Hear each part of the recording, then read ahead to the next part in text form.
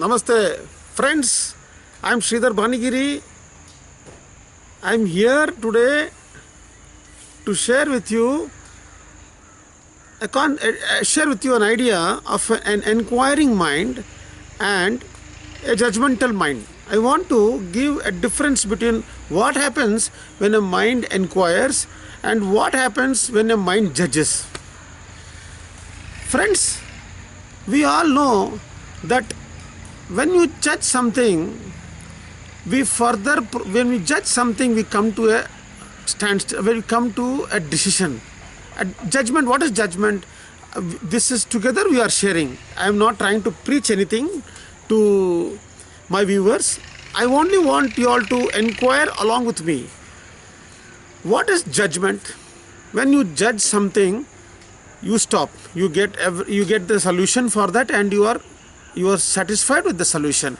That is what a judgment means. That's what I understand what judgment is. When you judge somebody, when you judge something, we will not further probe or would not like to know more about it. Let us say an example of final judgment, where if you take it in a more technical term, where court judgments are there. When the court judgment is there, nobody disputes it. They accept they accept the court's verdict as final. I am talking about a court verdict which is in Supreme Court. The Supreme Court verdict is final, so we just stop. That is what I am trying to tell judgment. If you take lower courts, if the judgment is given, they would again appeal again. They will try to go to higher courts. This is an example I am telling you. When we stop thinking, when we stop looking further, that is we call judgment. Okay, what is an inquiring mind? An inquiring mind will keep on inquiring. Even if it gets a solution, it will not stop there. It will want to know more. It will want to know more. It will try to find out more. It will try to find out next possibility. It will find a different possibility. This is what an inquiring mind is. So the inquiring mind and the judgmental mind, what is the difference? Most of the things what we see is based on scientific evidence. So something as science has told, so we stop. That is the ultimate. We accept that scientific evidence is there and we stop. Beyond that we do not go. Beyond that only few elite people or few people like scientists will go beyond that, to find out more and to find out the variations in those field. But generally what happens, the general public, most of the time, when something is told scientifically, we stop. We don't probe. This I am bringing this topic of judgment and judgmental mind and an inquiring mind for this phenomena. I'll give one simple incident, or I'll share one incident what actually happened. I came to a place where in that place I see people with closed eyes, they are able to read. Children with closed eyes, they are able to read what is there on the paper. This I am telling when I personally saw the kids with their blindfolds on, with not able to see anything, closed eyes, they are able to read what is there in the paper or what is there in front of them. So this immediately, there are two things. I can dismiss this by telling something magic they are doing and I can dismiss, or I can find out what is this, how they are doing it. So how they are doing it is what I am trying to tell as inquiring mind. If we stop and tell, oh, this is all some black magic, and if we stop, this is not possible, if we stop, then we will not go further and look into it. If you take this same example, we all know only when light falls on an object, we are able to see. When the light falls on any paper where the letters are written, then only we are able to see. This is a universal phenomenon. Everybody with eyes open can read. But how is it possible for somebody who's closed the eyes and read? This is the question I am trying to put in our viewers. Now, when a person is able to read with closed with open eyes, scientific evidence we have. When the light falls on particular object, it falls on the eye, and your mind, it sees it and understands it, and then retreats. But that is scientific proof is there for that. On an object, only when light falls you can see an object. That scientifically everybody accepts that. But when somebody is able to read with closed eyes, we dismiss it. We tell, no, this is not possible. It is not possible. There is some tricks in that. There is something involved in that. This is what we come to a conclusion, or we immediately judge, and we are what we can call, we are skeptical and we do not want to know more about it. This I am sharing because some of the friends who I shared this information, they immediately dismissed by telling, this is all black magic, this can't be done, this is all false. Maybe somebody has given them nowadays modern things in mic and all. These are skeptical minds. What happens, my friends, what I'm trying to convey to you people is, when we stop thinking, when we stop inquiring, we are losing the power in us to understand many things. To understand more, we are losing the power.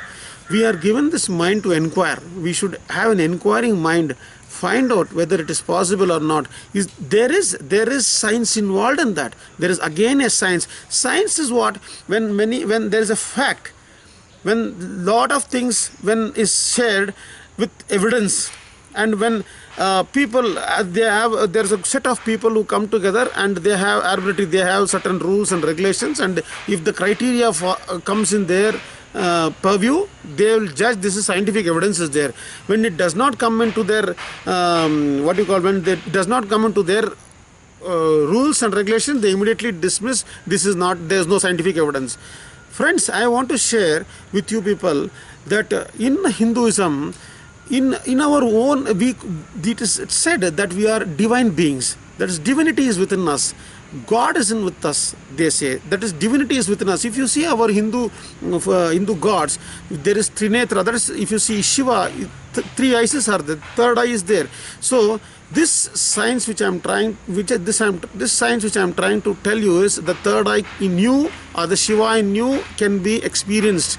The Shiva in you can be experienced, and it can be initiated by a guru or enlightened master to see it. This again, friends, I am telling you, in Hinduism itself, there are certain groups of people who dismiss this by telling siddhis, these are all siddhis, and these are all, it will stop us to further seek enlightenment, or we are not supposed to do these things. There are certain group of people who tell that and dismiss it because they have not seen that or they have not experienced it. But let me tell you, my guru, Paramahamsa Nityananda, is an incarnation. An incarnation means he is an avatar Purusha. In Sanskrit we call it as Avatara Purusha, or an incarnation. Incarnation of the divine embodiment. He has he's expressed these powers through many of his balsans first. Balsans means in his Gurukul there are kids who are, like other kids, normal kids, they are also reading science, maths and physics. But the Vedic culture way of educating our kids, this is what is called Gurukul. In this Gurukul there are balsans who are able to, many of them, who are able to blindfold read whatever is given to them. And this powers, they say, Swamiji has initiated us with this. Not only kids, there are many adults also who are able to read blindfolded. With closed eyes, they are able to read. Even myself, I am also consistently practicing, and I am sure even Swamiji has initiated me. I am very confident, I am sure that I will also be able to read with my eyes closed. This is just a what you call, it is not an agenda, or it is not a ultimate. What I am telling is, this divinity is possible in each one of us if we keep on inquiring into ourselves, not only reading blindfolded. There are so many other things also which can be expressed through us, like healing ourselves, like healing others, like distance viewing of objects. Lot of things, this supernatural powers can be awakened in us. And this Paramahamsa Nityananda tells, this is a science. There is a science behind it, and that science is the inner science. The inner science is there, which everybody should, if my friends, if many people who are able to do this, and if many adults also can able to do this, then there will be scientific evidence for that, how it is possible. Then other communities will understand, oh, this is possible. Until then, don't be blind. You also have this inquiring mind. Check in, find out how this is possible, whether one can see with the closed eyes, one can heal themselves with the third eye. Find out, inquire. You will know more about this. For instance, I got more clarity about this third eye possibilities is when I attended a program called Inner Awakening. It's a 21-day program. There are not only kids, there were a lot of adults who are able to read by their eyes closed, and their experience is only one thing. They say it is possible. Swamiji has blessed us, and that is possible only with having the oneness. With the oneness, they are able to do that. So I will share more about oneness and other inner sciences. I would share this in the coming videos. Thank you, friends. Please have an inquiring mind, not a skeptical mind. Find out more for yourself.